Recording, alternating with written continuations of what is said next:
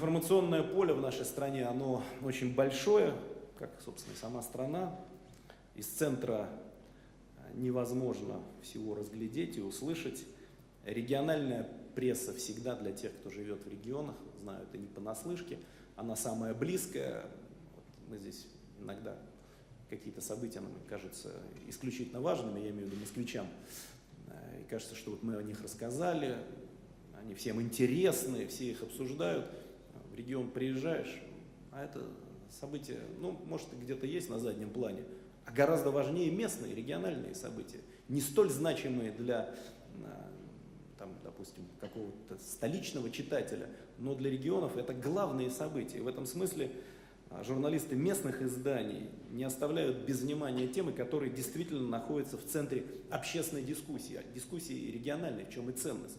И не отступают, пока не добьются результата. Мы присудили премию правительства за принципиальность в отстаивании прав жителей региона газете «Якутск вечерний», главному редактору газеты Леониду Ирмовичу Левину. К сожалению, 7 января Леонида Ирмовича не стало. Он отдал журналистике всю жизнь. Я просил бы передать мои глубокие искренние соболезнования всем близким Леонида Ирмовича, ну и, конечно, всем читателям, для которых он остается примером настоящего профессионала, человека, который всю жизнь отдал журналистике. Давайте почтим его память.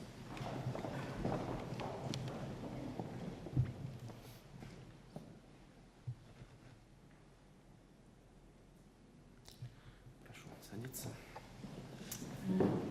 Ну и награду за развитие информационного вещания телекомпании НТВ Кондратий.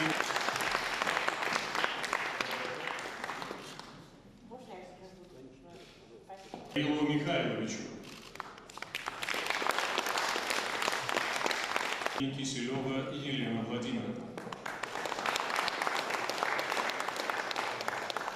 Елене Леонидовне.